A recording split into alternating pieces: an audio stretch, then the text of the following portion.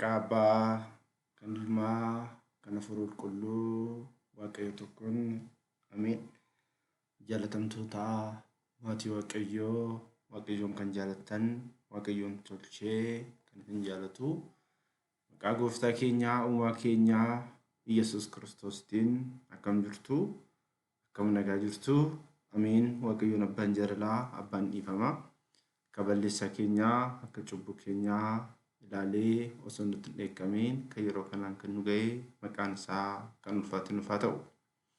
Gakaa maqaa waaqayyoo waamnee maqaan haadha isaa maqaan ergamoota waaqayyoo maqaa wareegamtootaa maqaan duuka bu'ootaa maqaan qulqulloota hundaa biraan hafuutii akka kennaa waaqayyoon isaanii kennetti galanni keenya isaaniif haa ta'u. Gakaa maatii waaqayyoo akkuma beekamu koorsii kutaa kutaadhaan wajjin ilaaluudhaaf murteeffannee ijoollee waaqayyoo taanee beeknee hubannee mootummaa isaa dhaaluudhaaf kaayyeffannee kaanii jiraatii waaqayyoon nu haa gargaaru. Kaayyoon koorsii kana kennuu inni guddaan amantaa abbaa kootii amantaa haadha kootii jennee deddeebuu osoo hin taane amantaa dhugaa amantaa sirrii amantaa mootummaa waaqayyootti nu galchutu keessa jiraachuu keenya amannee jireenya kiristaanummaatiin deddeebinee samii keessatti immoo waaqayyo wajjin jiraachuudhaaf akka deddeebinu akka jiraannu dursinee hubachuu akka qabnuudhaaf. Kanaaf akkuma yeroo darbee ilaallee kitaabni qulqulluun as jira. Kitaaba qulqulluu kana beeknee hubannee as keessa jiraachuu qabna jechuudha. Shakkiidhaan osoo kitaaba kana hin hubatiin shakkiidhaan yoo as keessa jiraanne ofiifillee hin taanu namaafillee hin taanu jechuudha. Namaafillee gufuu taanaa jechuudha. Namaafillee badiinsa taanaa jechuudha. Gaafa guyyaan keenya dhumate immoo wantoota as keessatti raawwanneef gatii waaqayyoo biraatti argannaa jechuudha. Gatii itti argannu kun immoo gatii ijoollee waaqayyoo mirgaan hiriirtu ijoollee abbaa kootii kottaa osoo addunyaan kun hin uumamin ishee isiniif uumamte sana kottaa fudhaa isa jedhu sagalee gammachuu sagalee faarfannaa ergamootaa akka dhageenyuuf cimnee dhaabbachuu qabna jechuudha. Kaayyoon inni guddaan isa kana. Kaayyoon guddaan as ga'uudha. Ergamoota samii wajjin addaannee mooticha Qaraaniyoo Sillaasee waaqeffachuudhaaf jechuudha. Kanaaf kaayyoon keenya inni guddaan kanadha. Ani barsiisaa Andu'aalam Lataan jedhama. Barsiisaa Walqixxee Yuunivarsiitiitii waggoota 10dhaaf koorsii kennaan ture. Miidiyaalee adda addaa irratti karaa teelegiraamii Faayisaa Addunyaa jedhuunis karaa feesbuukii kootiinis karaa ortootii miidiyaa isa yuutuubii jedhuunis hangam beeku hanga waaqayyoon naaf ibseen tajaajila kennatan jira. Tajaajilli ani kennu immoo tajaajila bilisaati. Gooftaan keenya Yesuus Kiristoos akkuma bilisaan narraa fudhattan bilisaan kennaa akkuma jedhee kaayyoon koo mallaqaaf osoo hin taane bilisaan wangeela barsiisudha. Kanaaf namoonni karaa onlaayinii kanaan illee barattanii bilisaan barattu jechuudha. Bilisaan kennama. Ani gatiin koo isa samii abbaa koo isa samiitirraa jechuudha. Egaa akkuma yeroo darbe wajjin ilaallee qabiyyeen koorsii kanaa inni guddaan as ga'uudha. Mootummaa waaqayyoo ishee jedhamtu sanii as ga'uudha. Kaayyoon keenya hunda keenya iyyuu as kan ga'uu danda'an immoo uumamtoota keessaa eenyu isaanii yoo jennee ergamootaa fi namaadha. Namaa fi ergamoonni as ga'uu qabu. Yoo as hin geenye bu'aan qabu jechuudha nama saniif. Jiraachuun deddeebi'uun waan tokko bu'aan qabu. As akka geenyuuf immoo araarsummaa fi dhiifamni waaqayyoo nu wajjin haa ta'u maatii waaqayyoo. Kanaaf waa'ee amantaa waa'ee koorsii kanaa yoo ilaallu madda waa hundaa kan ta'e madda beekumsaa kan ta'e madda iccitii kan ta'e madda ogummaa kan ta'e addunyaa kana karan jirrerraa gara jirutti kan fide waaqayyoon jiraachuu amanuu qabna jechuudha. wajjin ilaalla booda jechuudha. Waaqayyoon nuti amannu sun waaqa kamiidhaan? Waaqa akkamiiti? Namni waaqa waan jedhee waaqa ta'a. Isa jedhu san immoo amala waaqota nuti waaqessinu, amala waaqa nuti waaqessinu sanillee as keessatti wajjin ilaalla jechuudha. Waaqayyo biraa dhugaadha. Dhugaan immoo kitaaba qulqulluu keessa. Kitaaba qulqulluu keessa immoo amantaatu dhufa. Amantaan immoo amanuu fi amanamummaa of keessa qaba. Amanuu yookiin amanamummaa of keessa qaba. Kana immoo eeyyeen jennee amanuu fi amanamummaadhaan yoo deddeebine amantiidha. Amantiin keenya immoo gara adeemsa kiristaanummaatti nu geessa. Adeemsi kiristaanummaa kun immoo mootummaa waaqayyoo akka dhaalluu fi nu geessaa jechuudha. Inni biraa waaqayyoo abbaan jaalalaa, abbaan dhiifamaa, inni nuti waaqessinu sun, inni addunyaa kanan karan jirree gara jirutti fide sun, waaqayyoon sillaasee tokkos sadii jennee kan amannu sun as jira. Kun immoo dhiifama isaati, arjummaa isaati, kennaa isaati. Addunyaa kana hin soorata. Warroonni hammeenya raawwatanis, warroonni hammeenya hin raawwannes qixuma addunyaa kanarra jiraatu jechuudha. Dhiifamni waaqayyoo, arjummaa waaqayyoo addunyaa kana guutee jira jechuudha. Har'a gaafa nuti cubbuu hojjennu waaqayyoon nutti hin dheekkamu, arjummaa isaati. Nuti immoo ijoollee isaa waan taaneef harka bal'ifne irraa fudhanne jechuudha. Akkuma gooftaan keenya Iyyasuus Kiristoos ilma yookiin abbaan ilmi isaa beeladhee daabboo naa kenni yoo jedheen kan dhagaa kennuuf hin jiraayi. Qurxummii naa kenni yoo jedhee fi bofa kan kennuuf hin jiraa fi isin warroonni foon uffattan akkanatti kan walii yaaddan abbaan keessanii inni samii hoo amma isin yaadallee akkuma jedhe waaqayyoon arjummaa isaatiin nu eega jechuudha. Nuti immoo ijoolleen isaa harka bal'ifne irraa fudhannee as keessa jiraanna jechuudha. As keessa iddoo gammachuu jiran mana kiristaanaa as keessa jiran iddoo kabajamaa, iddoo maqaa waaqayyootti waamamu, iddoo nuti kiristaanummaa keenyatti ibsan, iddoo nuti dhiigaa fi foon gooftaa kabajamaa itti fudhannu, iddoo nuti sanyiidhaan osoo waliin qoodiin Kiristoos abbaa keenya isa samii yaadachaa itti deddeebinu. Sanaan booda hoo as dhufna kaa gara Kiristoositti deemna. Iftooyii as jirti. Kiristoos badhaasa nuu laachuudhaaf asitti immoo kunoo nuti tokko keenya Kiristoosidhaan akkanatti haammatamna jechuudha. Inni dhumaa immoo Kiristoos mootichi Qaraaniyoo Sillaasee abbaa ilma hafuura qulqulluu waaqayyo tokkoon akkanatti faarfanna jechuudha. Yaa obboleewwan ergamoota waaqayyooti Isaayyaas boqonnaa 6:3 irratti akkuma jedhu ergamoonni waaqayyoo qulqulluu jedhanii isa galateeffatan. Nyaanni isaanii hundi isaa galataa fi faarfannaa kan ta'e achitti dadhabuun kan hin jiraanne achi gahuudhaaf jechuudha. Kiristaanota waaqayyo iddoo kanaanii nu haa gahu jechuudha. Dhuguma yoo hubanne, dhuguma yoo beekne iddoo kana hin geenye jechuudha. Addunyaa kanarratti shakkiin jiru, oduun jiru hundi isaatiyyuu karaatti nu hambisu jechuudha. Nuti kiristaanota jechuudha. Onnee guutuudhaan deddeebina jechuudha. Onnee guutuudhaan Kiristoos amanuu keenya onnee guutuudhaan ragaa baana jechuudha. Akkuma gooftaan keenya Yesuus Kiristoos namni addunyaa kanarratti ragaa naaf hin baane anis abbaa koo isa samii fuulduratti ragaa hin ba'uuf waan jedheef nuti kiristaanonni wangeelli nyaata bara bara. Wangeela wajjin jiraachuu qabna. Wangeelli gara Kiristoositti, gara Sillaaseetti nu fida waan ta'eef haala saniin hubachuu qabna kiristaanota jechuudha. Mee karaa mata duree keenyatti haa deebinu jechuudha.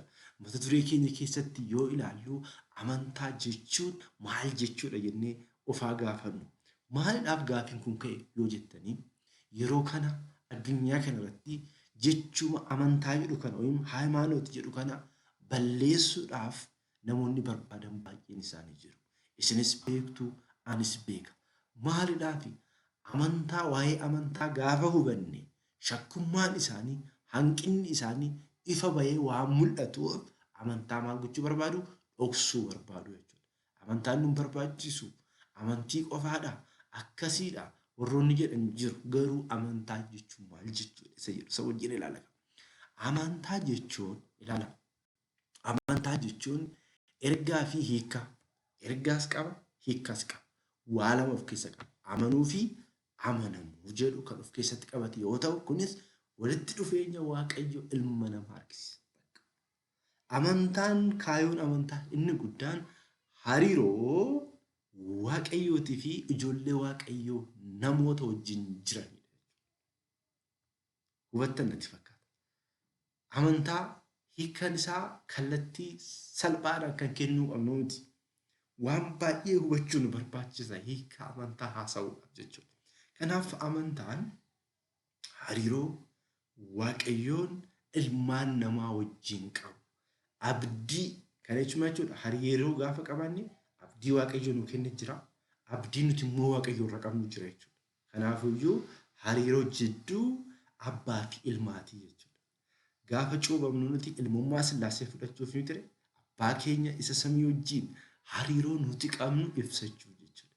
Amantaa keessa jiraanna jechuudha. Kanaaf amanuu jechuun homaa jechuudha. Amanuu jechuun wanta mul'atuu fi hin mul'anne addunyaa kanaa fi wantoota ishee keessa jiran maraa bakka hin jirre gara jireenyatti fidee kan kalaqe uume uumaan hunda danda'u kan wanti isaaf hin danda'amne hin jirre abbaa hundaa kan hundaaf laatu kan hunda hoogganu kan hunda qajeelchu jira jedhanii lapheetti fudhachuu isaaf bitamuu harka kennuu jechuudha. Jaalala keetiin mo'ameen jira. Ani siif bitameen jira. Ati mootichaadha. Ati mooticha addunyaati. Addunyaa kana gara hin jirree gara jirutti fiddeerta.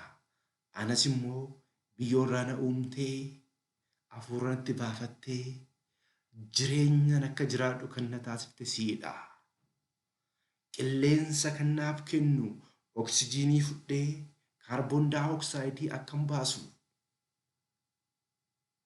garaa koo keessatti bullaa'insi nyaataa akka adeemsifamu aduun akka naaf ba'u bishaan akkan dhuguu fi miilan akkan deemuu fi ijaan akkan arguu fi qilleensa akka fudhuu fi akka fuunfadhuu fi kan na taasifte siidha.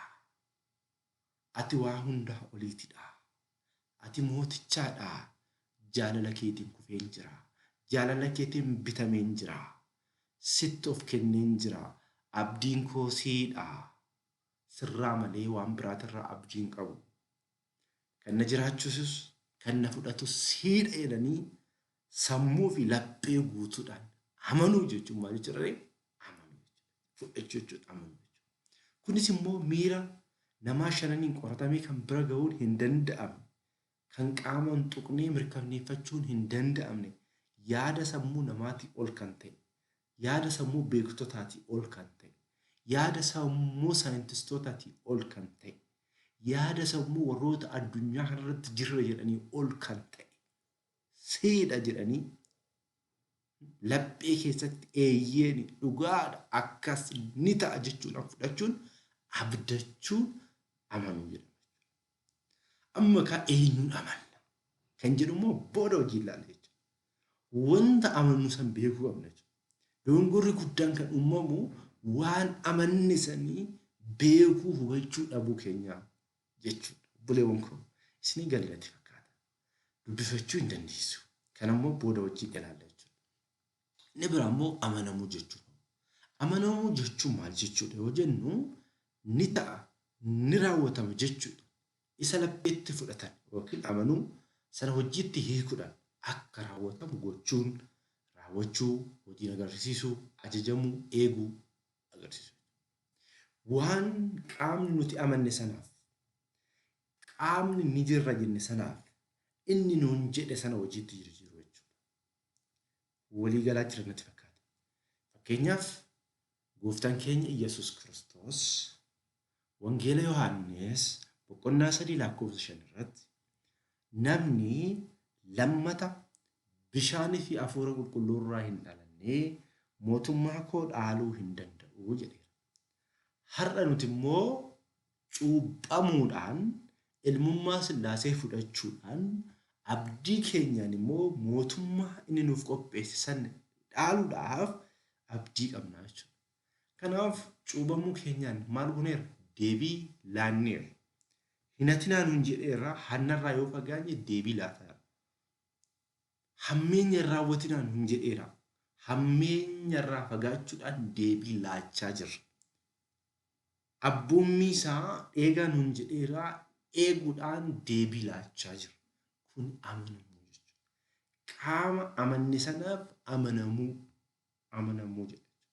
Gama biraatiin jechi ni amannaa, nan amanaa, amane jedhu kan amantaa keenya ittiin ibsinuu fi ittiin dhugaa baan waan ta'eef bu'uura amantaa kiristaanummaa ta'ee ifa bahaa jechuudha. Namni tokko kiristaanummaan isaa beekuun isaa hubachuun isaa kan ittiin argisiifamu taateewwan gocha inni raawwatuun jechuudha. Gocha inni raawwatuun amma kana keessatti of ilaalla jechuudha.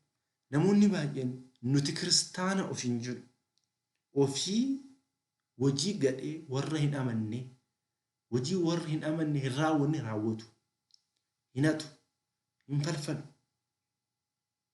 Kun hundi isaatuyyuu maal jechuudha ree maqaadha kiristaana taane malee jireenya kiristaana jiraachaa hin jirru jechuudha. Namoonni machaa hin jiru. Namoonni suusii adda addaa keessa jiran jiru. Namoonni obboleessa irratti hammeenya yaadan jiru. Warroonni hariiroo seexana wajjin qaban jiru. Warroonni mana afuura hamaa deeman jiru. Warroonni har'a obboleessa irratti falfala raawwatan jiru. Isaan kuni maqaadhaaf kiristaana jedhan malee jireenya kiristaanummaa keessa jiraachaa hin jiran jechuudha. Kanaaf kiristaanonni of beekuu qabna jechuudha. Kanaafuu qulqullichi Yohaannis afaan warqee hayyuun beekaan mana kiristaana amantaa ortodoksii maal jedhanii amantaan bu'uuraadha jedhan. Bu'uura maal jechuudha dhugaadha waaqayyoorraa. Bu'uura amantaan bu'uuraadha. Warri kaan ammoo girgiddaa yookiin dhaaba yookiin baaxiidha jedhan. Maal jechuudha amantaan bu'uura. Amantaa keessa immoo wantoonni jiran kuniin maalidhaa girgiddaadha yookiin dhaaba jechuudha. Manni tokko dhaabachuudhaaf maaltu jiraachuu qaba jechuudha. Faawundeeshinii isa jedhame yookiin hundee jiraachuu qaba. Irra dhaabachuudha jechuudha. Sanaan booda hoo girgiddaawwan jiraachuu qaba jechuudha. Girgiddaan suni maalidha isa jedhu immoo yeroo biraa koorsii biraa keessatti wajjin ilaalla. Amma koorsii biraa keessatti seennu waa'ee amantaa ilaalaa jira jechuudha. Amantaa yookiin hayimaanotii isa jedhu sana jechuudha. Hiikkaan isaa nu galeera natti fakkaata. Kanaaf amantaa gaafa jennu jechoota kaniin lamaan dagachuu hin qabnu. Amanuu fi amanamuu. Amanneerraa qaama amanne sanaaf immoo deebii laachuu qabna jechuudha. Hariiroo abbaa fi ilmummaa jechuudha. Abbaan keenya yookiin maatiin keenya nuuf maal nu godhu? Uffata nutti bituu, nu barsiisuu, nyaata nuuf kennu. Nuti immoo ijoollee isaanii ta'uu kan goonu maalidhaa? Waan isaan godhan hin jedhe san goona jechuudha. Muka guuruu dandeenya, bishaan waraabuu dandeenya, baaburii deemuu dandeenya, hojii mana keessaa mana qulqulleessuu dandeenya jechuudha. Maal waan ta'aniif maatii keenya waan ta'aniif kana raawwanna. Kanaaf nuti immoo amantaa keessa yoo jiraannu waaqa amanne sanaaf waaqa hunda dandeessa jennee laphee guutuudhaan itti of kennine sanaaf deebii laachuu qabna jechuudha.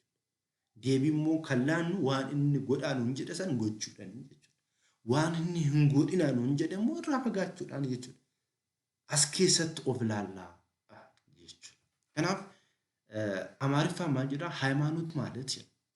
Amaariffaan ሃይማኖት ማለት ማመን መታመን የፈጣሪን ህልውና ማወቅ ካልነቱን መገቦቱን ሰርነቱን መረዳቱን መለኮታዊ እውነታዎች በትክክል መቀበል በእግዚአብሔር መለኮታዊ ስራ ፈጽሞ አለመጠራጠር ጥርጥርን ከህልና ማስወገድ ስለ ሰማያዊ ህይወት ጽኑ ተስፋ ማድረግ በሙሉ አገላለጾች ይተረጎማል።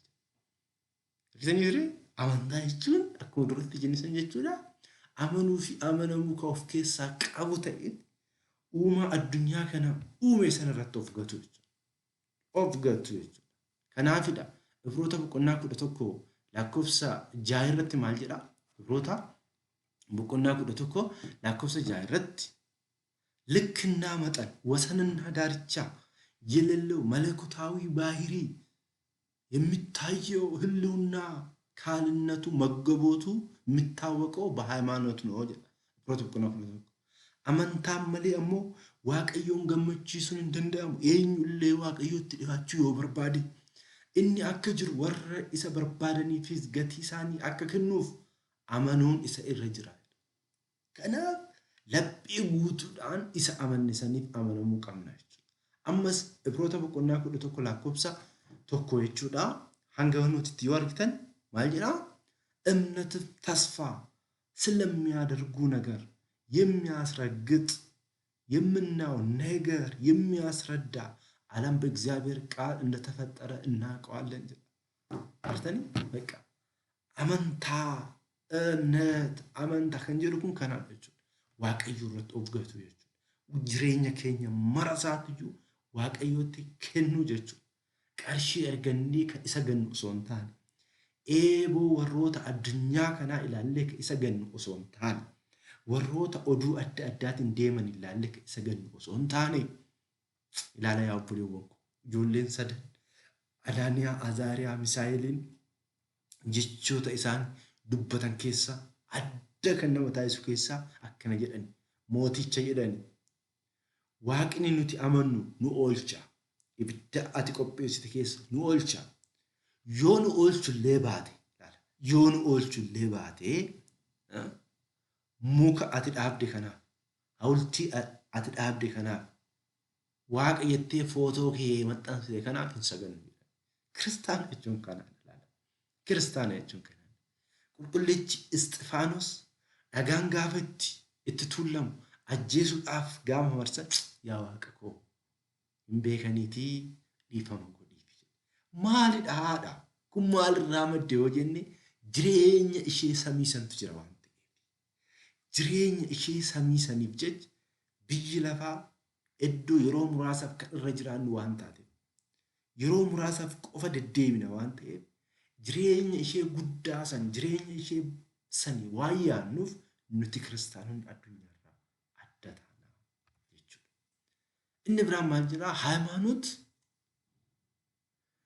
ፍጡራን ከፈጣሪ ጋራ የሚያገናኝ የህልና መሰላል በመሆኑ ፍጡር ከሃይማኖት መሰላሉና ድልድይ ከተሰበረበት ወደ ፈጣሪው መድረስ ይሳነዋል። ማለት አመንታን ኮርቱ ኦኪን መሰላሊ ነች አመንታን ኮርቱ ኦኪን መሰላሊ ሰሙ ኡመምቶኒ ኡማወሊ ወልቁምነም ሲዙ ዋንተ ኤፍ ኮርቱ ፌርቅጭ አመንታ ይወጨቤ uumamni uumaa bira ga'uu hin danda'u. Karaan bira gara bakka biraatti geessu hin jiru. Maal jechuudha? Amantaan ala yoo baane waa'ee amantaa kana hubannee jireenya amantaa keessatti yoo hin deddeebine uumaa bira ga'uu hin dandeenyu. Isa addunyaa kana uume sana isa duratti amanuu keessatti argine sana bira ga'uu hin dandeenyu. Ammas maal jedhaa? ሃይማኖት የኃይል እና እጹብ ድንቅ የሚያሰኙ ምድራዊ ባለስልጣን የማይገዙ የሚገዛ በአይነ ስጋ የማይታዩ የሚያሳይ በእጅ የማይዳሰሱን የምንዳሰስ በስጋዊ ጥበብ የማይመረን የምንመረምር ምስጢር መሆኑን ይላል ወንጌለ ማቴዎስ ቁና ኩደቻ ላኩብስ ኩደት ወበራት ከነ ማይጆ አመንታን አዳፊ ጉቱ ከንኩድ እጭቲ ዋን አንጎል ለፋ bulchuun dandeenya bulchuu waan ijaan mul'achuun dandeenya argisiisuu waan harkaan tuqamuu hin dandeenye tuquu ogummaa foonitiin xiinxalamuu kan hin dandeenye qoratu ta'uu isaati. Argitanii amantaan hanga samiitti deemaa jechuudha. Argitanii ture qulqullichi Isxifaanos samii keessa jiraachaa biyya lafaa kanarra jiraachaa samii irratti Sillaasee argeera ofii as jira. Inni garuu samiirratti Sillaasee arge. Kana jechuudha. Amantaa keessa gaafa jiraannu hanga samiitti deemna jechuudha. Hanga samiitti deemna.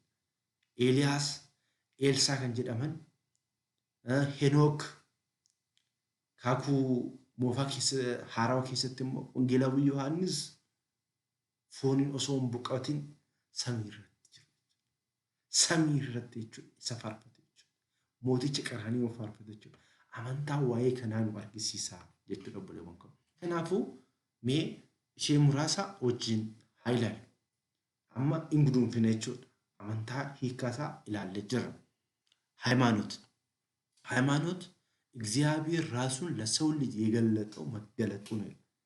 waaqayyoon dhala namaatiif kan of ibse mul'achuudha. Maal jechuudha? Dhugaatu mul'ate. dhugaa saniidha amantaa kan jennu nuti እግዚአብሔር በባህሩ ረቂቅ አኗኗሩ ምጡቅ ስለሆነ የሰውም ሆነ የመላእክት አእምሮ ተመርምሮ ሊደርስበትና ባህሩ እንዲህ ነው ያለ ነው አኗኗሩ ይሄ ነው ወይም ይሄን ይመስላል ሊለው የማይቻል ነው።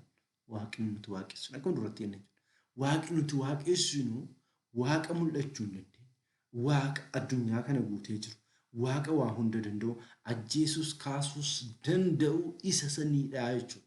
amantaa keessatti kan laala amantaa jechuun isa እርሱ በጊዜውና በቦታ የማይወሰን ዘላለማዊ ሙሉ ሲሆን ፍጥረት በሙሉ ደግሞ በጊዜና በቦታ የተወሰነ ስለሆነ ውሱን የማይወሰነው ልቋን በምርምር ሊደርስበት አይቻልም። waaqayyoon kan addunyaa kana guuteera kan bara baraa binjiraat ኤልሻዳይ kan ta'e hundaa kan jiraachisu hundaa kan nyaachisu hundaa kan obaasu bakka hunda kan jiru guutee kan argamu kana harka isaatti kan uumaman uumamtoonni isa hubachuu isa beekuu hin danda'an jedha። ሆኖም ግን ነገሩ ምንም እንኳ እግዚአብሔር ባህሩ አኗኗሩ በራሱ ብቻ የሚታወቅ ረቂቅ አምላክ ቢሆንም waaqayyoon amalummaa isaatiin jireenyi isaa waaqayyoon hafuura ta'us kan namni uumamtoonni bira ga'uu hin dandeenye ta'us ilmaan namaa akka isa hin beekne akka isa hin hubanne hin taasifne jedha። እኛ ፈጽሞ የምናውቅ ስለ እርሱ ምንም ፍንጭ የሌለ ሆነን እንዳንቀር አልተወንም። nuti uumamtoonni waa'ee isaa akka hin beekne hin taasifne ከቸርነቱ የተነሳ አቅማችን ልረዳ በሚችለው መጠን ማንነቱን ህልውናውን ባህሩን መገቦቱን ፍታዊነቱን ፍቃዱን እንወቅ ዘንድ በተለያዩ መንገድ ገልጦልናል።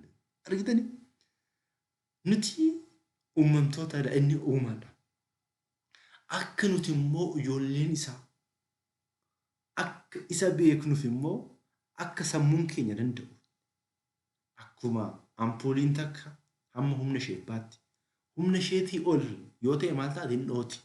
nullee akkasiidha akkas waan taanuuf akka hin miidhamneef hanga humna keetitti immoo maal nu galeera nuu kenneera jechuudha. hanga humna keenya akka isa hubannu akka isa beekne ittiin akka jiraannu taasisee jira jechuudha waaqni keenya። ሃይማኖት የሚባለው ይሄ ነው። እግዚአብሔር በራሱ ፍቃድ እንውቀው ዘንድ ስለ ራሱ የገለጠው መገለጥ ነው።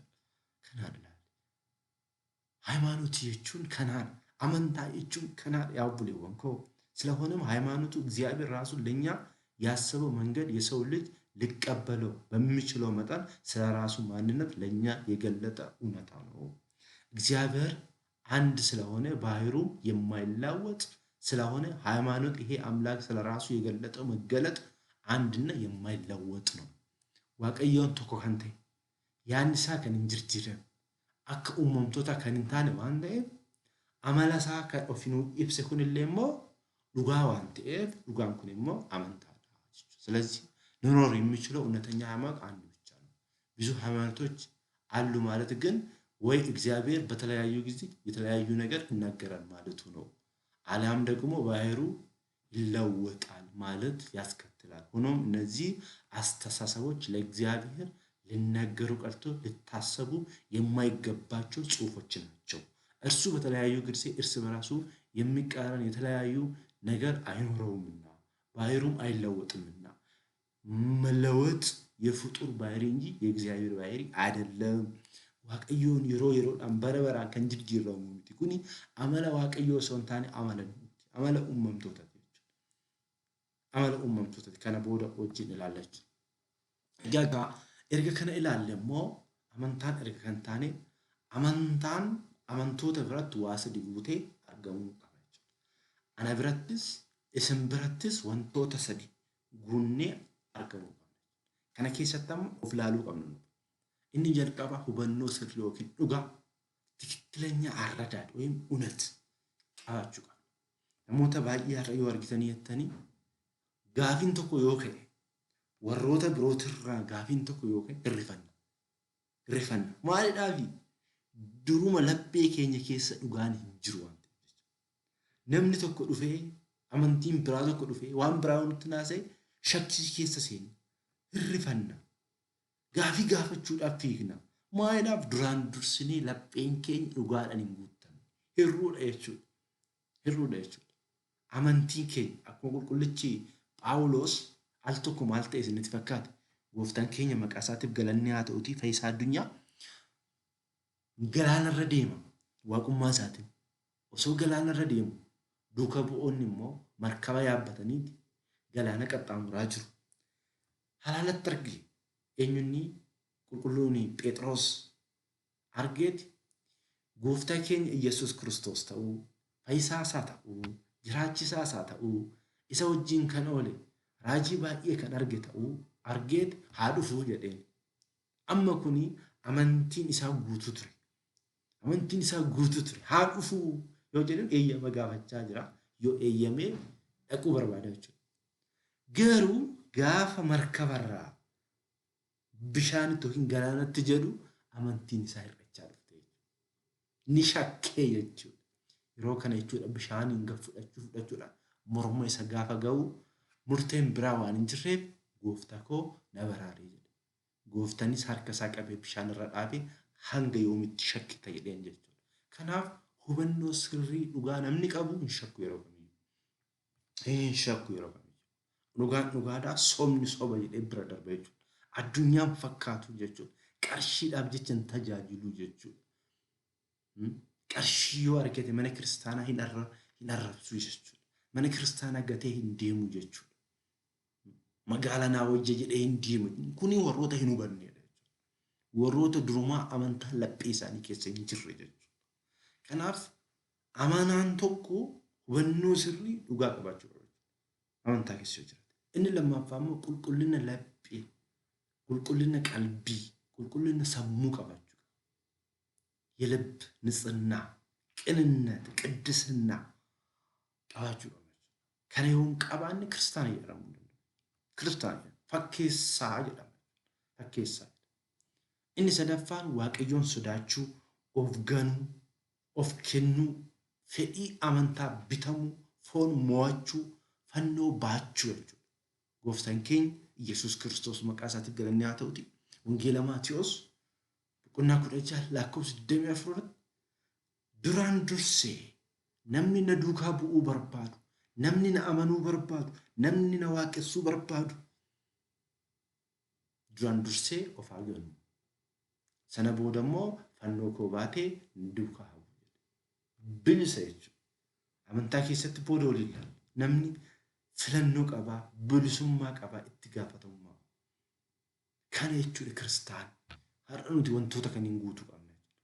Kaayoon koorsii kanaa inni guddaan kaayoo kaniin sadeen jechuudha. Hubannoo sirrii qabaachuu qabna. Qulqullina qalbii qabaachuu qabna. Hammeenya irraa fagaachuu qabna. Shakkummaa irraa fagaachuu qabna. Birriidhaan bitamurraa akka Yihuudaa ta'uu hin qabnu. Jireenya biyya lafaa kana laallee waaqayyo irraa fagaachuu hin qabnu. Nuti kiristaanota. Ani kiristaanadha. Abbaan Oob kan jedhamu yoo argitanii yoo fiilmii isaa argitan ilaaluu dandeessu. Ani kiristaana. Daa'imti waggaa 3 Cirqoos ani kiristaana jechaa ture ilaala. Kiristaana jechuun waan guddaadha. Booda laallee hiikasaa wajjin kiristaana jechuun amantaa keessa gaafa jiraannu hubannoo sirrii, qulqullina qalbii, waaqayyoon sodaachuu, of ganuu, of kennuu, fedhii amantaa bitamuu nu barbaachisa jechuudha kiristaanota. Yookiin bu'aan qabu jechuudha.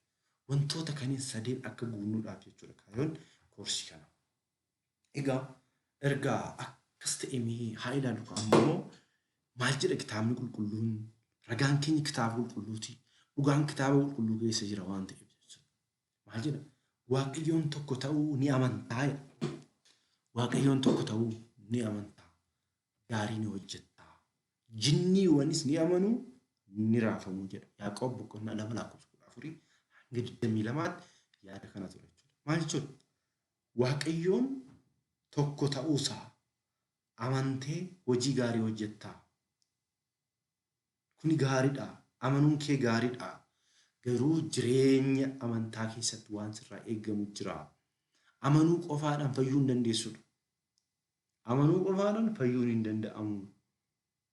Amanuu qofaadhaan waan amante achi keessa waan jirtuuf nan amana jettee waan dubbatteef qofaa miti. Nan tajaajila jechaa mallaqa deemta yoo ta'e, qarshiidhaaf deemta yoo ta'e, mana kiristaanaa saamta yoo ta'e, obboleessa kee dhiiga isaa jissita yoo ta'e miti. Jinniiwwan illee kan hin godhu irraafamuyyuu. Kanaaf ati immoo isaan irraa adda bahii nun jechaadha jechuudha. Gooftaan keenya wangeela qulqulluu keessatti akkana jedhe, namni gooftaa gooftaa naan jedhu hundi osoo hin taane, namni gooftaa gooftaa naan jedhu hundi osoo hin taane, namni fedha abbaa koo isa samii raawwatu mootummaa samii seenaa jedhe. Wangeela Maatiyuus boqonnaa 7:21. Namoonni baay'een gooftaa gooftaa jechuu dandeenya. Ani ortodoksiidha jechuu dandeenya.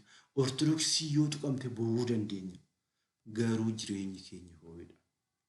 Dhuguma shittaan keenya yookiin urgaan keenya ixaana kiristaanummaatii laata? Jireenya kiristaanummaatiin deddeebi'aa jirraa laata? Kiristoos akkamitti duuka buune kana amantaatu nutti hima jechuudha. Amantaan kana nutti odeessa jechuudha. Amanuu jechuun kanaadha. Amanamuu jechuun immoo waan amante kanaaf deebii laachuu jechuudha. Kanaa jechuudha. Ammas akkana jedha. Namoota sana duukaa buutota isaa wajjin walitti waamee akkana jedhe. Namni na duukaa dhufuu barbaadu yoo jiraate of haa ganu. Maal jechuudha? Namni na duukaa dhufuu barbaade, na duukaa bu'uu barbaade duraan dursee of haa ganu jechuun maal jechuudha? Duraan dursee hubatee beekee bu'aan koo ishee addunyaa kanaa miti, ishee samiiti jedhee beekee hubatee na wajjin haa jiraatu jedhe Kiristoos. Gaafa na wajjin jiraatu immoo garuu gidiraan irra ga'uu danda'a, ajjechaan irra ga'uu danda'a, reebichi irra ga'uu danda'a, arrabsoon irra ga'uu danda'a. Kana hunda isaa sodaachuu hin qabu. Fannoo kan jedhame gidiraadha. Fannoo kan jedhame beela. Fannoo kan jedhame ajjecha. Fannoo kan jedhame fedhii foonii keenyaaf mo'achuudha yaa obboleewwan koo. Fannoo yoo jenne isa mormatti hidhannoo qofaa miti. Fannoon Kiristoosiif jecha gidiraa arguudha. Kiristoosiif jecha rukutamuu jechuudha. Kiristoosiif waan amanni sanaaf gatii kafaluu jechuudha obboleewwan koo. Kanaaf har'a eenyu keenyatu kafalaadha. Yeroo keenya kennaa jirra. Sagalee Waaqayyoo barachuudhaaf iyyuu meeqa keenyatu yeroo kennaa jira. Meeqa keenyatu yeroo kennaa jira. Namoonni baay'een sagaluma Waaqayyoon bilisaan nuu kenne kanaayyuu qarshiidhaan jirjiruu warroonni barbaadan hin jirani. Hin jiru. Kana jechuun hojjettoonni mindaa argachuu hin qaban jechuu kooti miti. Mindaan isaanii garuu kaayoon isaa jalqaba Kiristoos hin tajaajilanii, ilmummaa Kiristoos argisiisanii, kabajaa Kiristoos argisiisanii, Kiristoos harkaa immoo maal fudhachuudha? Akililii yookiin gonfoo bara bara fudhachuudha. Ammas akkana jira. Fedhii foon keenyaa du'a nuuf fideedha. Nutti faradeedha. Fedhiin foon keenyaa. Fedhii lubbuu keenyaa garuu nagaa fi tokkummaa Waaqayyoo wajjin nuuf kenna. Fedhii foon keenya diina Waaqayyoo ta'eef du'a nutti fidaa ilaala. Roomii boqonnaa 8:8. Fedhii fooniitiin gaafa deddeebine addunyaa kana fakkaannee gaafa jiraanne nutti faradaadha. Yeroo baay'ee namoonni baay'een Waaqayyoon hin murteessaa, Waaqayyoon hin faradaa yoo jennu maal jechuu keenyadha? Waaqayyoon miizanni isaa miizana dhugaatiidha. Miizanni isaa miizana hin dabsineedha. Cubbuu yoo hojjette yoo gaabbiin galle itti gaafatamta. Malee numatu ofitti murteessa. Waaqayyo duratti kaa hin jiru wanti akkasii. Wanti hundi isaatiyyuu ifa ta'eet nutti mul'ata waan ta'eef jechuudha. Nutti mul'ata jechuudha. Namoonni tokko gooftaa keenya Yesuus Kiristoosiin dubartiin tuni sagaagalteerti akka seera Museetti dhagaan rukutaa ajjeesaa jedha. Ati hoo maal jetta jedhanii gooftaa keenya uumaa keenya fayyisaa Yesuusitti fidan.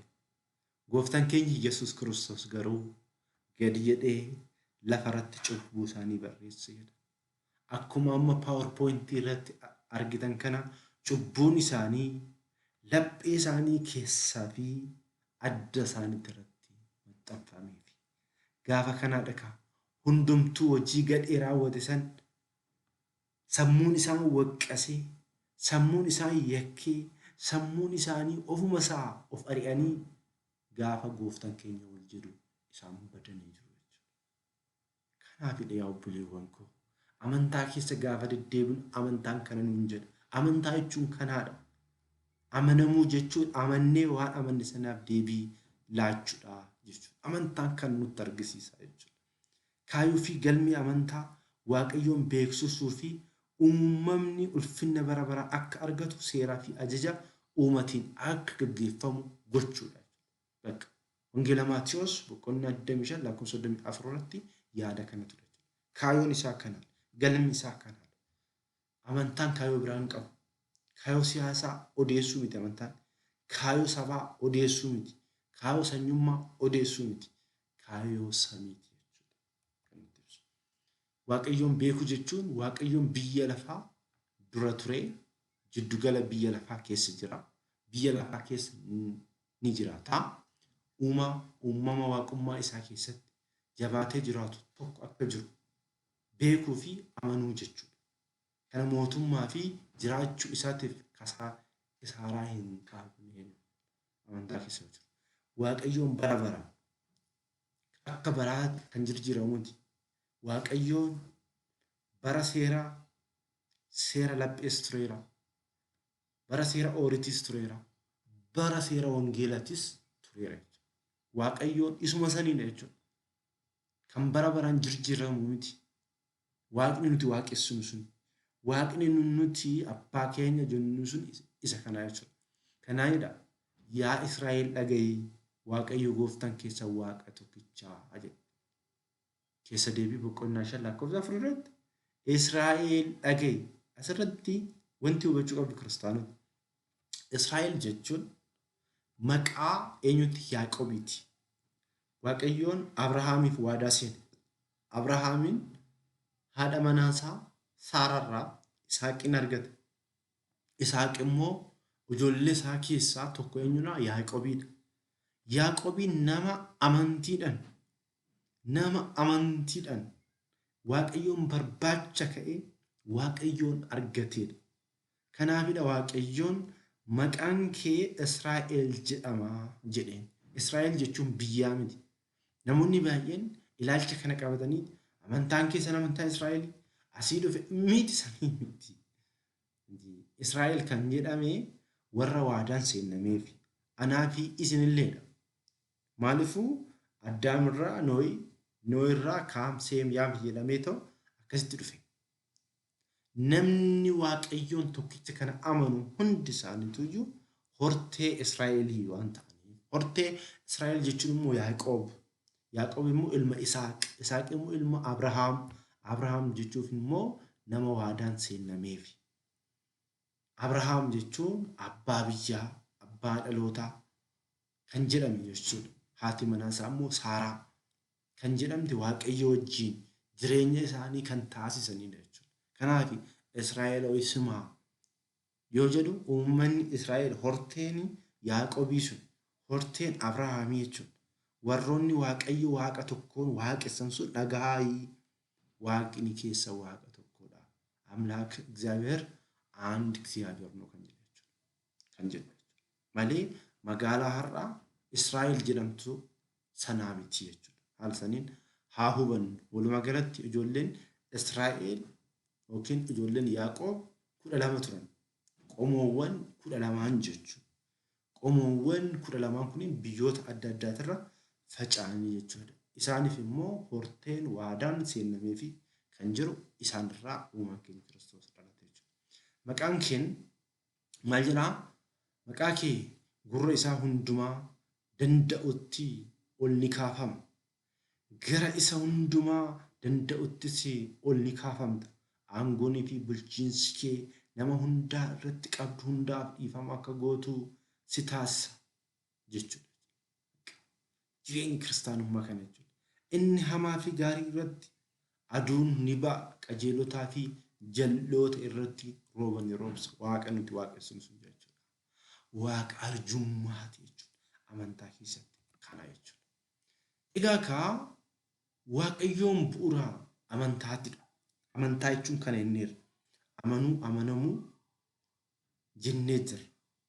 Amma as keessatti garuu Waaqayyoo bu'uura amantaati yoo jennu amalli waaqa nuti waaqessinu suni amalli Waaqayyoon waaqa jennee waaqeffannu suni amala maaliiti kan jedhu immoo beekuu qabna jechuudha. Waaqayyo kan jedhu beekuu qabna. Waaqayyoo waaqessinu san yoo hin beekne hin kufna jechuudha. Ilmi abbaasaa beekuu qaba.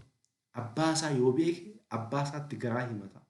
Abbaasaa wajjin hariiroo qabaata. Abbaasaa wajjin mari'ata. Abbaasaatiirraa deebii argata. Abbaasaatiif immoo amanamaa jechuudha. Yookiin maal ta'a? Alagaa ta'a jechuudha. Alagaa ta'a yookiin orma ta'a jechuudha. Garuu waaqni nuti waaqni sun waaqa kamiidha? Waaqa kamiidha? Waaqa jiraataadha moo dhagaa walitti qabamaadha moo muka moo kamiidha? Kamiidha? Isa beekuu qabna jechuudha. Yoo isa hin beekne amantaa keessa jiraachuu hin dandeenyu. Amantaan Waaqayyo bu'uura amantaati yoo jennu jechuudha. Ilaallu kaa amala Waaqayyoo muraasa isaa wajjin ilaallu. Amalootaan Waaqayyoon kan hubachuu dandeenyu, kan beekuu dandeenyu amala Waaqayyoo yoo beeknedha. Amala Waaqayyoo yoo hin beekin waaqa Waaqayyo san beekuu hin dandeenyu jechuudha. Beekuu hin dandeenyu. Inni jalqabaa Waaqayyoo bara baraati. Amlaak zalaalamaa bara kana jira, yeroo kana ture akkasiin jiru. Addunyaan kun osoo hin uumaminis Waaqayyoon turee jira. Seera uumamaa boqonnaa tokko lakkoofsa tokko irratti Waaqayyoon jalqaba kan jedhe addunyaa kun kan itti uumamte. Jalqaba yeroon itti uumamte yookiin addunyaan kun itti uumamtedha malee Waaqayyoodhaaf miti. Waaqayyoodhaaf miti. Addunyaan kun yeroo itti uumamtedha. Jalqaba kan jedhamu. Jalqaba. Inni alfaa oomeegaadha. Jalqabaa fi dhuma kan hin qabne jechuudha. Waaqayyoo mudaa kan hin qabnedha. እግዚአብሔር ፍጹም Waaqayyoo mudaa kan hin qabnedha.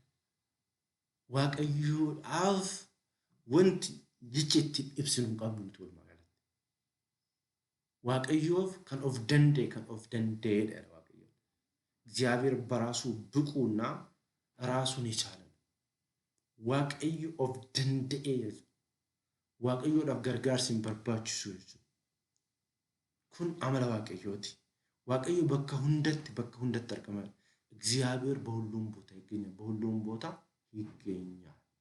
Waaqayyo አባ ኤልም አፎር namoonni tokko Waaqayyoon ilaalcha namootatiin gaafii namootaa baay'een ka'uu jiraachuu danda'a. Namoonni tokko iddoo ajaatti iddoo mana shintibeetitti Waaqayyoon hin argamu jedhanii ta'u warroonni yaadan jiraachuu danda'u. Iddoo si'oolititti Waaqayyoon hin argamu jechaa ni danda'a. Kuni ilaalcha namaati. Ilaalcha sammuu namaatidha. Maal jechuudha? Maal jechuudha kan jedhu hubachuu qabna jechuudha. Addunyaan tun Waaqayyoo harka jirti. Waaqayyoon harka jirti. Addunyaan tun jechuudha. Waaqayyoo garuu guutuudha. Nutu harka Waaqayyootirra jiraata jechuudha. Harka Waaqayyootirra jira. Addunyaa tana jechuudha. Addunyaan tun bishaanirra jirti. Bishaanirra jirti. Maaliidhaaf hin sochoofne? Bishaan sun osoo dhumate addunyaan tun hin jiraatti. Waa'ee uumamaa keessatti yeroo biraa yoo ittifamne ilaaluu hin dandeenye jechuudha. Waaqayyoon injifataadha, jabaadha. Waaqayyoon kan moo'ee hin jiru jechuudha. እግዚአብሔር አሸናፊ ብርቱ ነው Waaqayyoon jechuudha. Israa'eloota biyya Gibxiitii gaafa Waaqayyoon baasu uummanni Israa'el Musee irratti ka'anii turan. Musee wajjin kan jiru garuu Waaqayyoodha. Waaqayyoon garuu waan biraan jenneen Museedhaan ulee harka qabdu sanii galaanicha rukuti jedhee galaanicha fuuldura isaaniitti guuteera. Duubaan immoo lolli dhufee jira. Dargeera Fara'oon bishaan gaafa rukutu immoo bishaanicha addaan cite uummata Israa'eliin baase.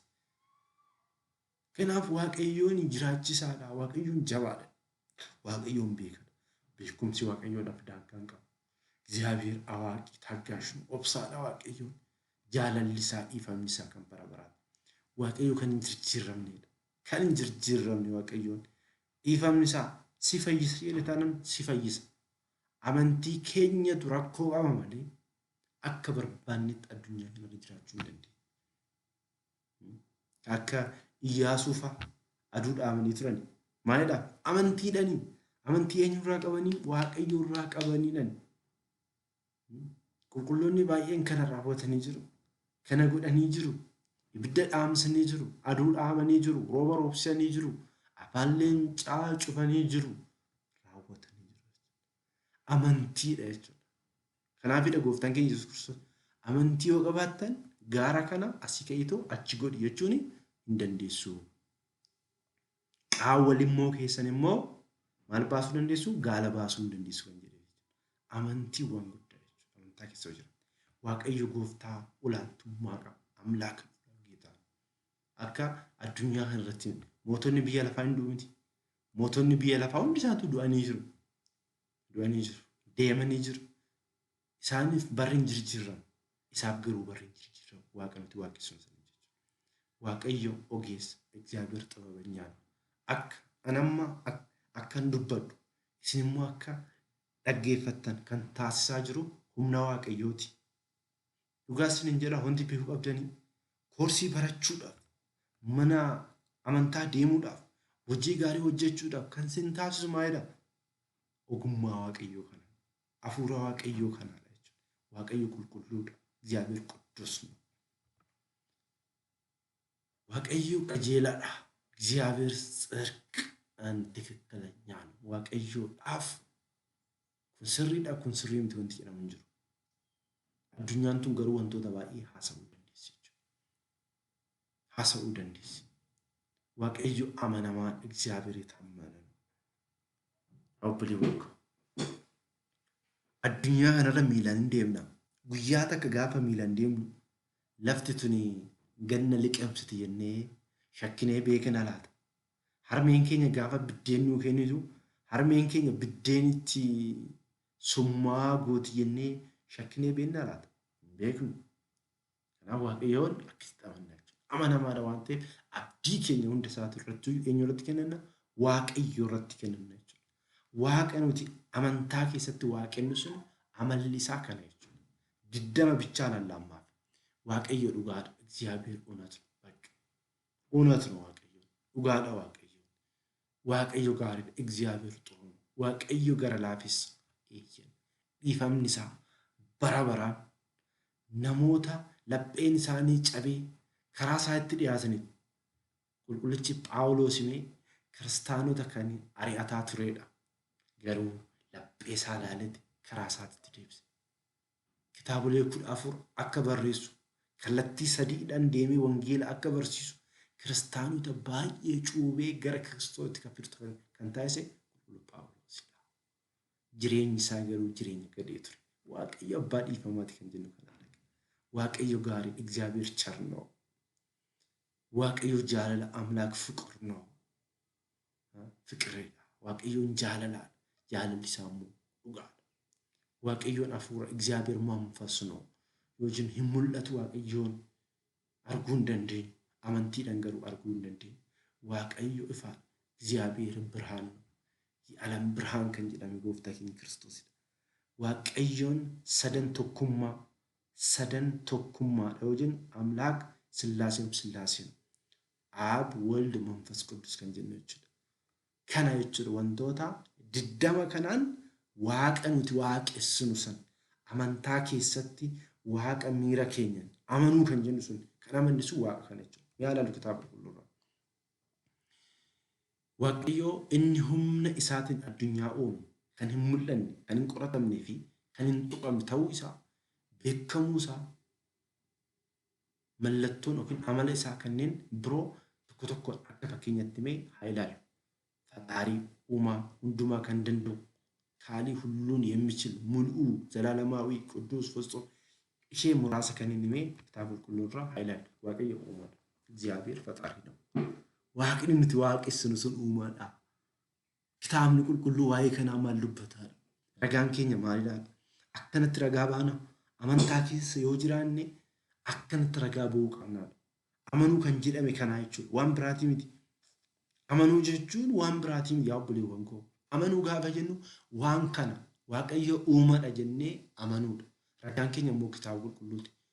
Uumaa yeroo jennu aangoo fi humna isaatiin waan nuti hin qabne yookiin kan hin qabne uumee addunyaa hin jirre irraa gara jirutti kan uume jechuudha.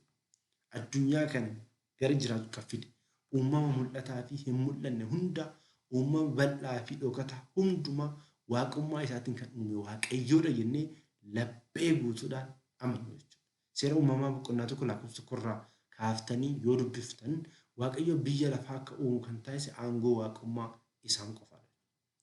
Addunyaa kana isaan alaa jechuudha. Kan uume hin jiru jechuudha. Waaqayyoon uumama hundaati. Kanaaf Waaqayyo gooftaa fi abbaa uumama hundaati jechuudha. Anallee isinillee kan uume Waaqayyoodha jechuudha. Waaqni keenya jechuudha. Uumadha jechuudha. Waaqayyo biyya lafaa uume malee hin dhiisne. Nyaata isaa waliin isaan ni eega ni soorachisa. Ila yaa obboleewwan koo. Yeroo raajonni turanittis roobni roobaa ture. Aduun ba'aa ture. Ammas roobaa jira. Aduun ba'aa jira. Biyyoon biqiltoota biqilchaa jirti jechuudha. Har'as duras oksijiinii jedhamee ta'u amma saayinsiidhaan maqaan moggaafame malee qilleensa qulqulluu fudhachaa turanii qilleensa gubataa immoo baasaa turan.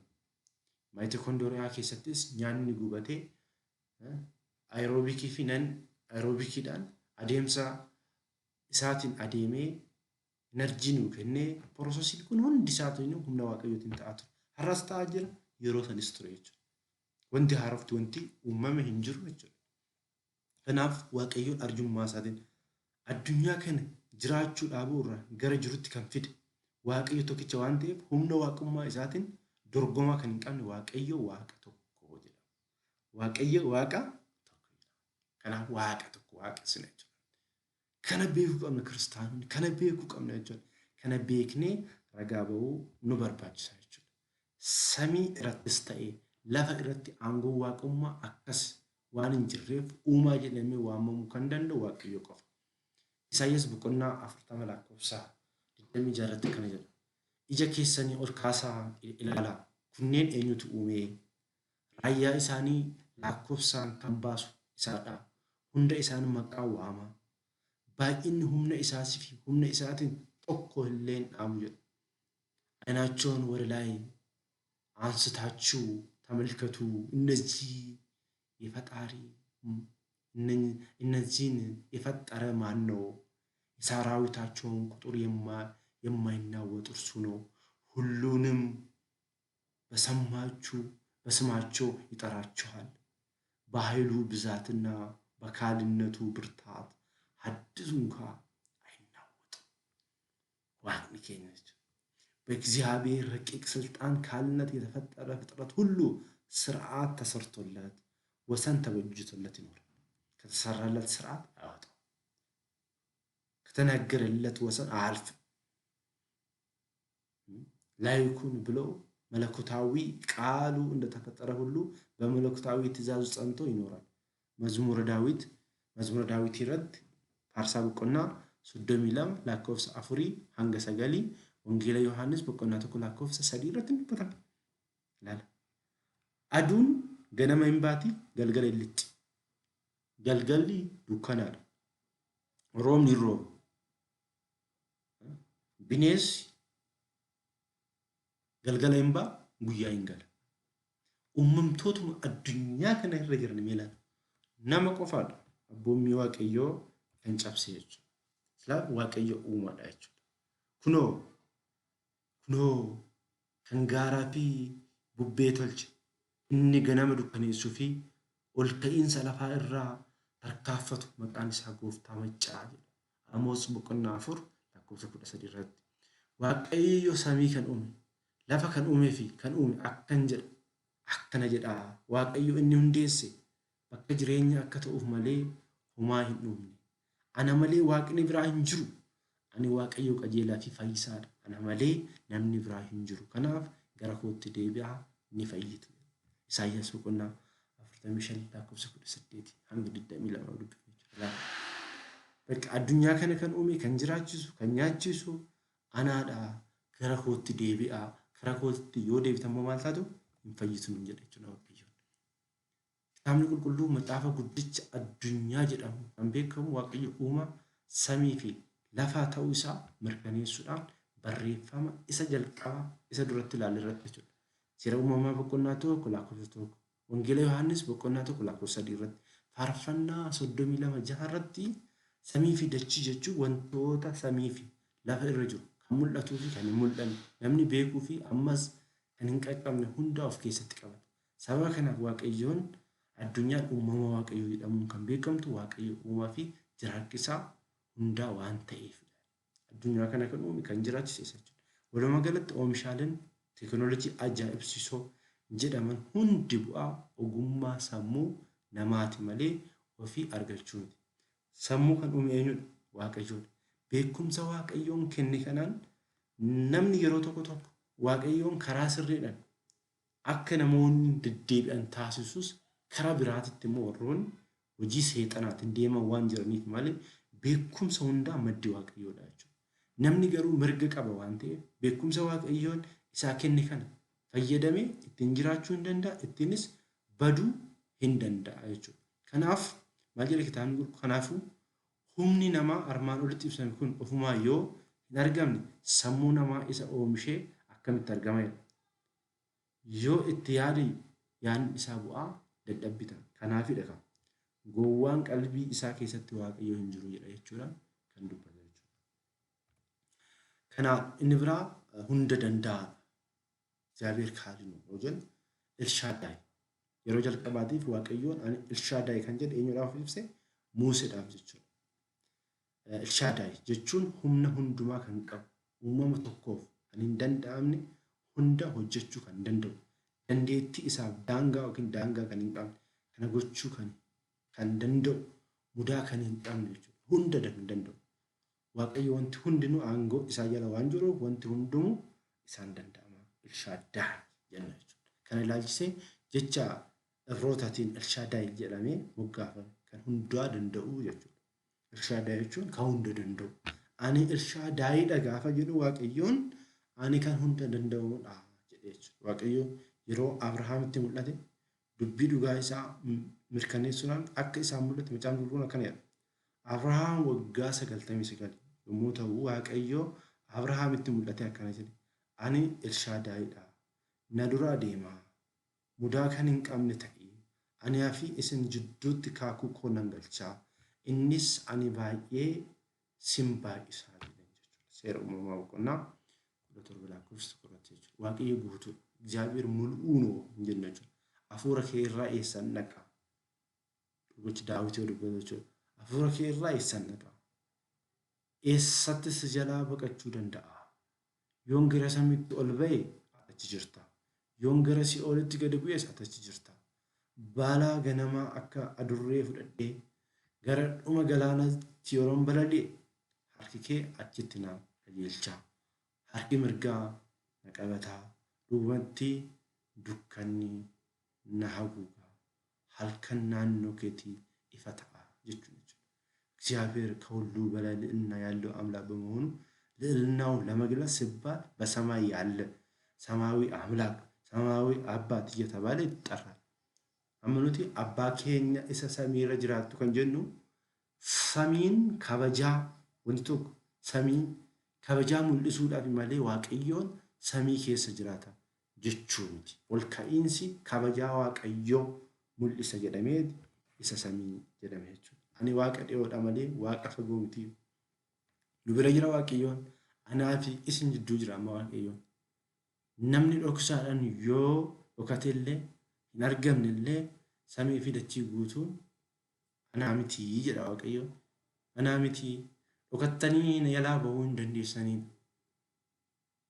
Wanti Waaqayyo gadi fagoo isa kan ta'uu dandeessa moo Waaqayyo isa hundumaa danda'u qorachuu dandeessa. Samii caalaa ol ka'aa maal gochuu dandeessa? Si'oolii caalaa gadi fagoo maal gochuu dandeessa? Dheerinni isaa kana lafa caalaa galaana caalaas ni bal'ata yoo birratti jechuudha. eenyutu bishaan harka isaatii eenyus safaree samii safartuudhaan safaree biyyee lafaa miizanaan walitti qabee gaarreen miizanaan tulluu miizanaan madaalee kunoo ormoonni akka coba bishaanitii saboonni hundinuu akka waan isa duraa hin jirreetii akka waan gatii hin qabneetti isaan ilaalaa. Kanaafuu Waaqayyo eenyu jettanii yaaddu yookiis fakkeenya akkamii keessatti yaaddaa? Kana jechuudha Waaqayyoon nuti hannoo jira. Waaqayyoon bara baraan jira. Jechi bara bara jedhu amala Waaqayyoo ibsuuf jecha dadhabaa yookiin gadi aanaa ta'e fakkaata. Dhugaa bara baraaf yoo jennu maal jechuudha? Jechoota waan hin qabne dhufe jechuudha. Dhuguma ibsa jechichaa dadhaboo yookiin dhiphoodha jechuudha. Waaqayyoon kan ibsinu ni miti jechuudha. Jechoonni nuti dubbannu, jechooti nuti haasofnu Waaqa keenya san kan ibsu waan dandeessu. Waaqayyo qulqulluudha gaafa jennu maalirraa qulqullaa'e Waaqayyo? Waaqayyo galateeffamaa yoo jennu nuti jechoota waan hin qabneedha jechuudha. Ijoollee isaa waan taaneef jechoota waan hin qabneef afaan keenya wal'aa kanaan isa faarfanna jechuudha. Inni immoo abbaa keenya waan ta'eef nurraa fudhata jechuudha. Gaarreen osoo hin dhalatin laftii fi biyyi lafaa osoo hin uumamin bara baraan hanga bara baraatti jiraata. Eenyuun Waaqayyoon nuti waaqessu. Gooftaan mootiin Israa'el fure. Gooftaan raayyaa akkana jedha. Ani isa jalqabaatii, ani isa boodadhaa, ana malee waaqni biraa hin jiru jedhee Isaayyaas boqonnaa 44 lakkoofsa 6 dubbate kan gooftaan keenya Iyyasuus Kiristoos immoo mul'ata Yohaannis irratti ifa baasee dubbateera. Musee Waaqayyoo kunoo gara ijoollee Israa'elitti dhufe. Waaqayyoo abbootii keetii gara haadha keetti na erge yommuu jedhu maqaan isaa maal naan jedhu maalan jedhu isaaniif si qaba. Waaqayyo Museedhaan ani kan jiraatudha. Inni kan jiraatudha. Inni Elshaadaayidha. Inni Alfaa Oomeegaadha jechuudha. Mul'ata Yohaannis boqonnaa 1 lakkoofsa 8 irratti gooftaan keenya ani Alfaa Oomeegaa Waaqayyo gooftaa isa waan jiru tarree fi dhufu hundumaa bulchuudha.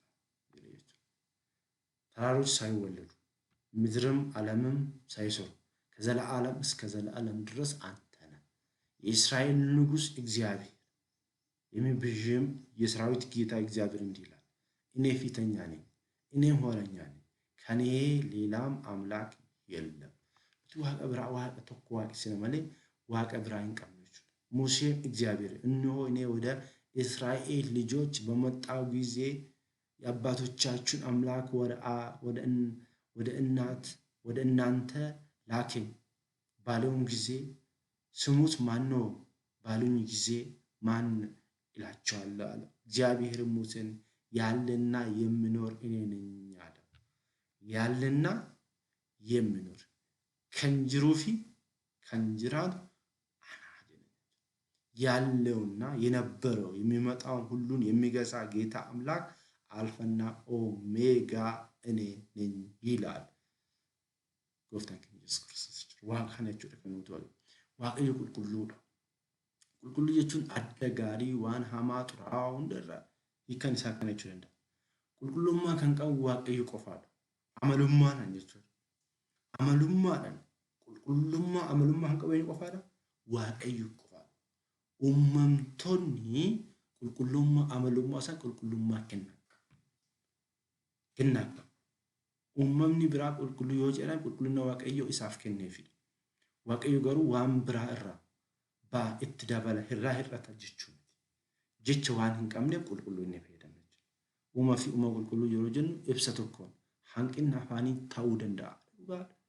Hanqina afaanii amma ergamootaafis qulqulluu waaqayyoodhaafis qulqulluu jechuu dandeenya. Jecha biraa waan hin qabneedhaaf. Jecha biraa waan hin qabneedhaaf. Kanaafuu waaqayyoodhaaf yoo fayyadamnu amalummaa waaqayyootidha. Qulqulluu isaaf yoo fayyadamnu immoo kennaadha jechuudha. Akka itti adda baafannu jechuudha. Afaanonni tokko tokko bal'aa fooyya'aa qabanis garaagarummaa qulqullummaa uumamaa fi uumaa jidduu jiru ni fayyadamu sana akka itti hubachuu dandeenya jechuudha.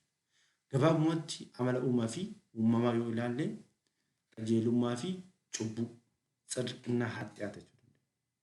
Waaqayyoodhaaf cubbuun hin malu qajeelummaatu mala.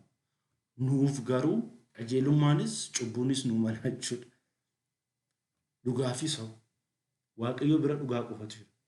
Nu bira garuu dhugaanis sobnis jira jechuudha. Soomasii fudhannu dhugaasii fudhanna.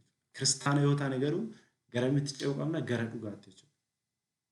Of gadi qabuu, of tuulummaan jira jechuudha. Gaarummaa hammeenyis jira jechuudha. Jireenya duutis jira jechuudha. Mudaam hojii gaarii qabuun jiraachuu danda'a. Haqaa fi jal'ina, gara laafinnaa fi gara jabummaa, jaalalaa fi jibba. Wantoonni kun hundi isaaniitu wal faana deemuu danda'u. Eenyuudhaaf? Nuuf jechuudha. Waaqayyoodhaaf garuu wanti akkasii hin jiru jechuudha kiristaanota. Namni qulqulluu ta'uun maali? Ta'uuf maal jedhaa? ንጹሕ ይሁን ዘንድ ሰው ምንድን ነው? ጽድቅ ሲሆን ዘንድ ከሴት የተወለደ ምንድን ነው? እነሆ በቅዱሳኑ እንኳ አይታመንም። ሰማያትም በፊቱ ንጹሕ አይደሉም። ይልቁንስ አስጸያፊና የረከሰ ኃጢአትንም እንደ ውሃ የሚጠጣ ሰው ምንኛውስ ነው? Agartanii akkas jechuudha. Namni jechuudha. Waaqayyoodhaaf garuu wanti akkasii hin jiru jechuudha. Mootichi waggaa Ooziyaan mootichi du'etti Waaqayyoon teessoo dheeraa fi ol ka'aa irraa taa'ee argee naannoo uffata isaas mana qulqullummaa guutee ture. Sureeffamoonnis yookiin ergamoonni jechuudha. Tokkoon tokkoo isaanii baaldhee ji'aa kan qaban yoo ta'u, baaldhee lamaanis fuula isaa haguugee, baaldhee isaa lamaan miila isaa haguugee, baaldhee isaa lamaan immoo balali'u.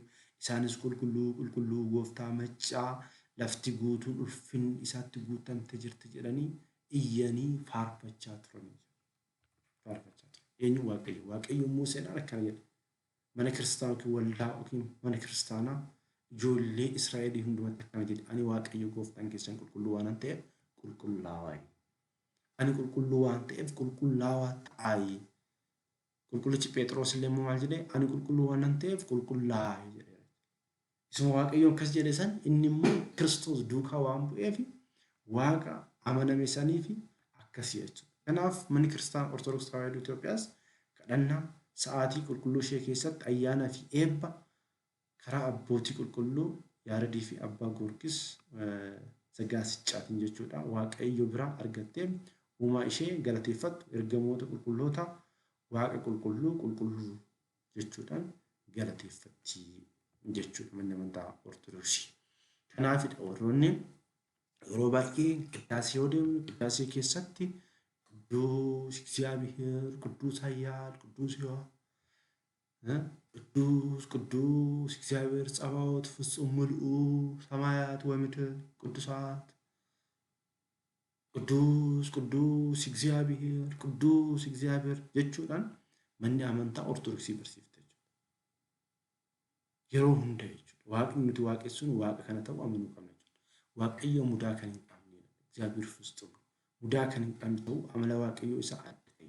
Waaqni nuti waaqessuun amantii keessatti waaqni nuti waaqessuun sun waaqa kana jechuudha. Waaqa kana immoo waaqessuudhaan duraan dursine amala isaa beekne karaa isaatirra deddeebine mootummaa isaa dhaaluudhaaf jiraachuu qabna jechuudha. Inni hoo እግዚአብሔር ታላቅ ነው እኛም አናውቀውም ማለት qorannee bira gahuu hin dandeenyu jechuudha. Kun waaqayyo guddaadha. Nuti immoo isan beeknu akkasumas lakkoofsa umurii hin qoratamu jedha Iyyoob irratti jechuudha. Qalbii fi gadi fagoo qoratee beekee gorsa isaan hunda ni beeka waaqayyoon. Amantaadhaan gaafa deddeebine garuu immoo waaqayyoon beekna, waaqayyoon hubanna, isaan jiraanna jechuudha. Iyyasuus garuu nama hundumaa beekaa ture. Ofii isaatti waan namaa keessa jiru waan beekuuf namni waa'ee isaa dhugaa ba'u waan isa hin barbaachifneef isaaf ni amanneera. Laphee namaa kan qoratu isaa jechuudha waaqayyoon. Gorsaa waaqayyoon hundumaa jaalala kan ba'u kan jalaa ba'u hin jiru. Dubbiin tokkollee waan hundumaa jalaa dhokate hin jiru. Waaqni nuti waaqessuun waaqa kanaadha jechuudha kiristaanota. Gudunfaasaa immoo haa ilaallu hin xumurra. Gudunfaasaa haa ilaallu. Akkuma ilaallee amantaa jechuun waan hundumaa dura kan ture addunyaa keessa kan jiraate uumama hundumaa kan uume wannuma fedhe jiraachuu dhabuurraa gara jirutti kan fide isaaf garuu waaqa hundumaa danda'u kan hin jirdirramne, kan oolchu, kan hin darbine, kan homaa irratti hin kuufne, sadan tokkummaa ta'ee jiraachuu isaa amanuu. Amantaa keessa jira. Amanaan jechuun immoo amanaan aniifsi immoo jechuun waan garaa kee yookiin sammuu hin mul'anne keessatti amantuu arrabaan ragaa bahuu jechuudha. Anii fi isin jechuudha. Ani kanaaf ragaa isin ba'a. Amanaadhaan isinillee immoo amantoota. Kanaafuu ragaa bahuu qabu jechuudha. Waaqeffachuudhaan, sagaduudhaan, faarfachuudhaan, of gadi qabuudhaan, isaaf abboomamuudhaan, mootummaa isaaf bitamuudhaan hojii hundumaa keessatti agarsiisuu qabna. Agarsiisuu qabna jechuudha. Amanaa jechuun kana. Amanachuu jechuun immoo maal jechuudha? Amanachuu jechuun anaafis akka raawwatamu. Anaafis akka raawwatamu garaa guutuudhaan Waaqayyo amanachuu jechuudha. Amanachuu jechuudha. Anii fi isin amanaadha. Nummoo amanachuu. Mootummaan samii akka jirtu beekuu qabna. Waaqayyoon jidduu keenya akka jiru beekuu qabna. Waaqayyoon ergamoota ergee akka nu oolchu amanuu qabna jechuudha. Kanaaf amanamummaa jechuunis dhugaa waan amante namoota duratti ragaa bahuu fi jireenya qabatamaa keessatti mul'isu jechuudha. Akkuma jalqaba ilaalle jechuudha. Kun dubbiin amantii nuti lallabnuudha. Yesuus gooftaa ta'uu isaa afaan keetiin yoo ragaa baate, Waaqayyo du'aa keessa kaase, garaa keetti yoo amante ni fayyitaa. Namni garaa isaatiin amane qajeelaa ta'a. Afaan isaatiinis dhugaa bahee ni fayya. Ammas keeyyata biraa keessatti akkana jedha. Amantiin dursee akka barbaachisu nuuf akkuma ayyaanni Waaqayyoo nuuf kenname ani akka ogeessa muka ogeessa bu'uuraa kaa'eera. Warri kaanis irratti ni ijaaru. Itti fufees garuu namni bu'uura kana irratti warqee, meetii, dhagaa gatii, jabeessa, muka margaa fi qaccee yoo ijaare hojii tokko tokko isaanii ni mul'ata. Safuun haala akka barbaadu ibsaa jechuudhaan hin dubbata. Amantiin bu'uura. Amantaan bu'uura yookiin amantiin gamoo masarat kan jennu kun maal jechuudha? Bu'uura jechuudha. Amantummaa amalaa fi dhaala akka duukaa nu barsiisa jechuudha. Nu barsiisa jechuudha. Kanaaf kiristaanonni wanti hubachuu qabnu jechuudha. Har'aaf asirratti dhaabna jechuudha. Wanti as keessatti ilaallee amantaan maalidha? Amantaa keessa immoo maaltu jira isa jedhu sana wajjin ilaalleerra. Keessattuyyuu amantaa keessa yoo jiraannu waaqa nuti waaqessinu, waaqa nuti amannu beekuu qabna, hubachuu qabna. Yoo isa hin beekne jiraachuu hin dandeenyu jechuudha. Waaqni nuti beeknu sun, waaqni nuti amannu sun yoo hin beekne bu'aan amantaa hin jiru jechuudha. Bu'aan amantaa hin jiru. Amantaa jechuun madda beekuu qabna. Madda beekuu qabna jechuudha. Yeroo biraa maal wajjin ilaallaa? Kutaalee hafan wajjin sirriitti ilaalla jechuudha. Kutaalee hafan keessatti maal wajjin ilaallaa?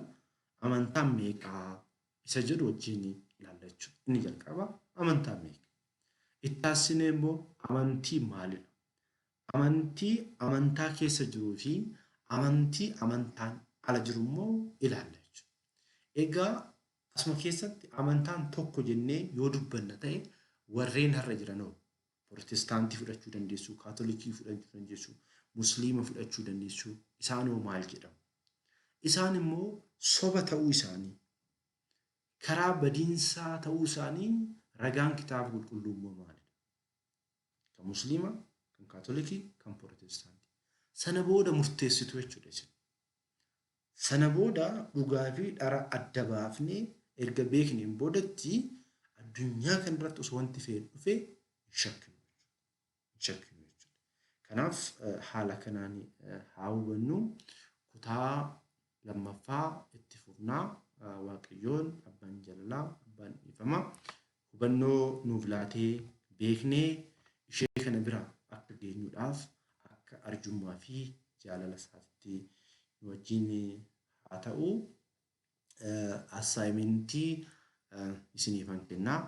Assaayimentii kana hojjetattaniiti dhuftu jechuudha. Assaayimentiin inni jalqabaa akkana jedha, hin barreeffattu.